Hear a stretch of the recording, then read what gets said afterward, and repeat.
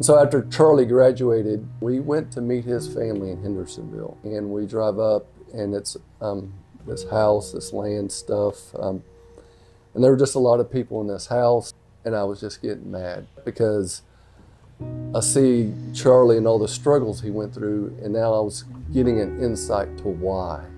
And I remember leaving and telling Charlie, I remember clear as day looking at him saying, you know you can never go back there. And he just looked at me with this sad face and he said, I know.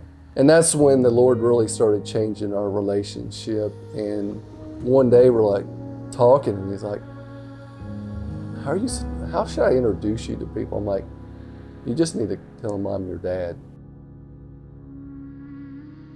I did have a harder childhood. My mom was a drug user. She was in and out of my life the whole time.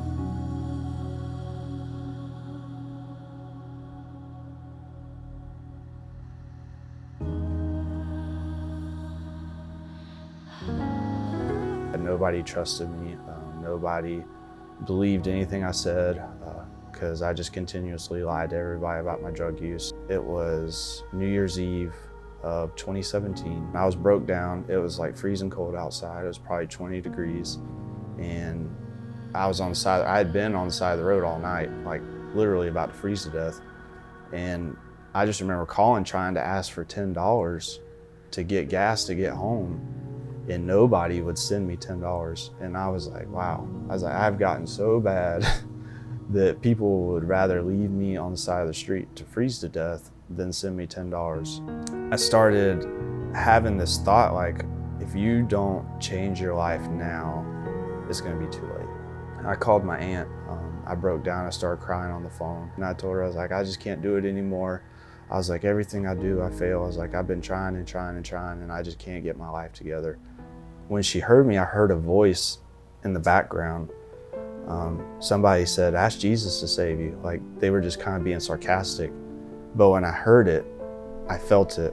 And I knew that something, like I knew that that was the answer. And it was in that moment that I gave my life to Jesus.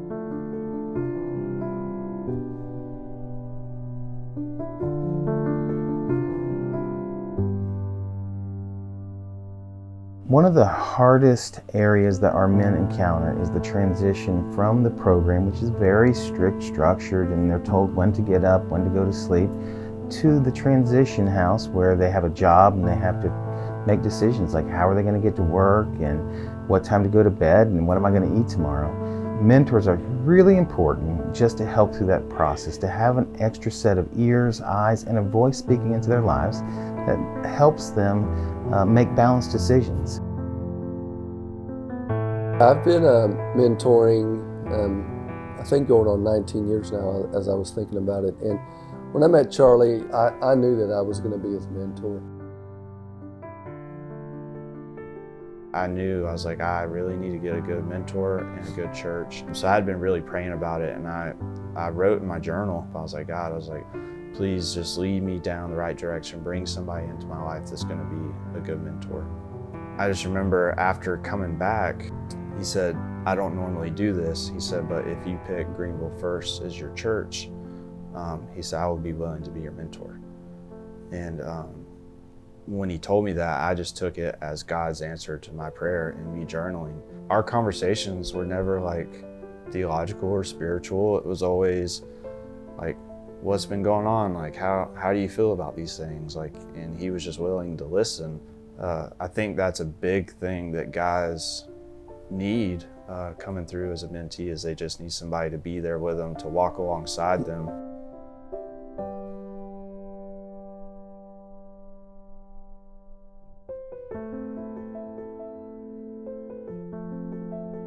I didn't have anywhere to go, and Dennis invites me over to go to his house, and I'm just thinking like, okay, I hope it's not weird. Like you meet people and it's like you're an overcomer and you talk to them and it's like you're the focal point. Everybody's there to just kind of talk to you and fix you, and it's like, I hope it's not like that. And it wasn't anything like that. Dennis introduced me to everybody, and things just went on like normal, like I was just part of the crew. And I just remember after that, it was every holiday, birthday, gathering, whatever it was, I was invited. And eventually I just knew that like now I have a key and I know the code to the garage, and anytime I need to go over there, if I need something, I could just go. Like I'm literally adopted into the family. I have 3 children, and I claim Charlie is one of those. I'll tell you as a mentor, this is not the norm. It just depends on how the Lord brings you together.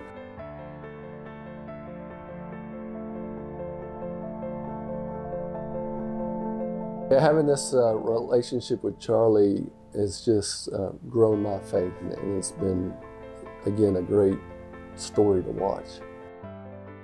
I came into the Overcomers like I didn't have any healthy relationships. I didn't trust anybody. I didn't really believe that I was lovable. And so it's just really been healing to have Dennis and his family just accept me as their own.